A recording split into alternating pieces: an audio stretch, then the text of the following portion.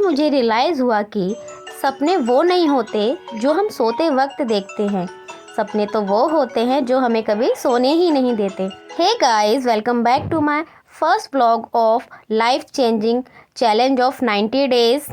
आज मैंने खुद से प्रॉमिस किया कि जैसे तैसे करके पूरे दिन का निचोड़ निकाल के मैं पढ़ूंगी 8 आवर्स। क्या मैं इस गोल को कंप्लीट कर पाऊंगी आज? तो लास्ट तक बने रहे। रात को नींद ना आने के कारण मैंने किया इस टाइम को यूटिलाइज। अब आप सोच रहे होंगे कैसे? पढ़ाई करके गाइस। जब आपको नींद ना आए तो क्या आप सोच रहे हो? दूसरे से चैट कर लो, गेम खेल लो, रील स्क्रॉल कर लो। इन सारी चीज़ों से अच्छा है, इन सब पे टाइम वेस्ट करने से अच्छा है गाइस कि आप अपने आप को आगे बढ़ाने के लिए वो सारे काम करो। उन सारी चीज़ों में इतना जान लगा दो कि वो अगर आपको 2 साल बाद मिलने वाला है तो भगवान आपको या खुद आपकी मेहनत से वो आपको 1 साल के अंदर ही मिल जाए।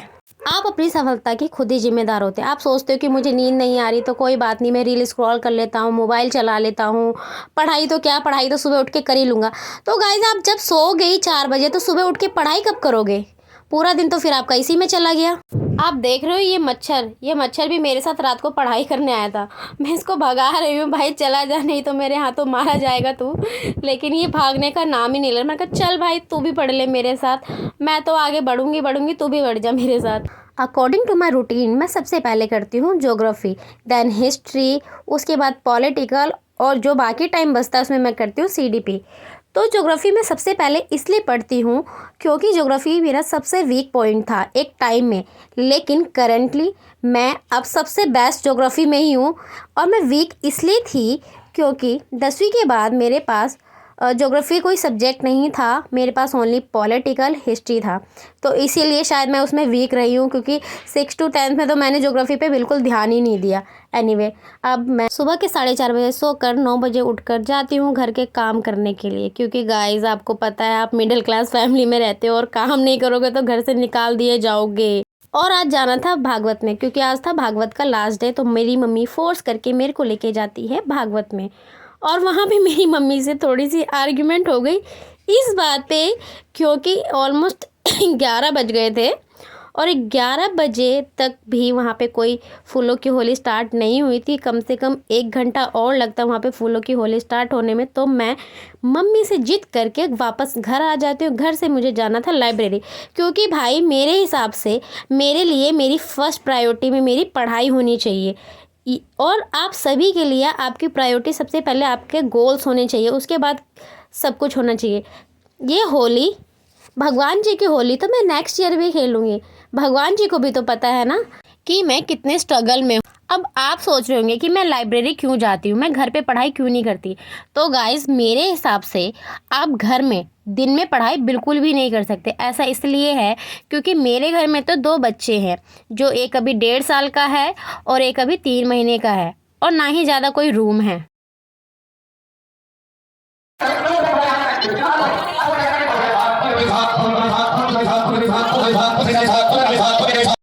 आराम से डालिएगा, किसी के ऊपर ना पड़े। मेरे क्यूटी पाए, सबके ये क्यूटा पाए। शिव नमस्ते करो सबको।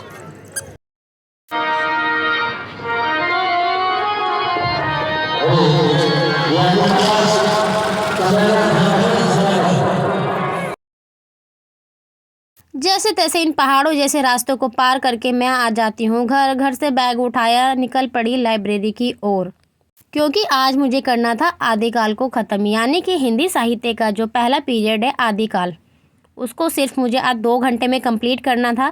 ये आज का मेरा मेन टारगेट था। तो लाइब्रेरी में मेरी सीट कोई फिक्स नहीं है, क्योंकि मैंने फुल डे की लाइब्रेरी नहीं ज्वाइन कर रखी। मेरी लाइब्रेरी सिर्फ 7 आवर्स की है, और मैं फुल डे की लाइब्रेरी इसलिए भी ज्वाइन नहीं करना चाहती क्योंकि उसमें मैं पंक्चुअल नहीं रहूँगी। और 7 आवर्स की लाइब्रेरी में ये है कि अगर मैं अपने टाइम में, यानी कि 8 से 3 के बीच में नहीं लाइब्रेरी जाती, उसके बाद अगर लाइब्रेरी जाती हूँ तो उस सीट पे कोई और बैठा होगा, यानी कि वो सीट उसके बाद, उस टाइम के बाद किसी और को अलॉट हो चुकी है। और पढ़ाई करने के लिए आपके अंदर पंक्चुअलिटी ज़रूर होनी चाहिए guys. Now I am start my goals of today.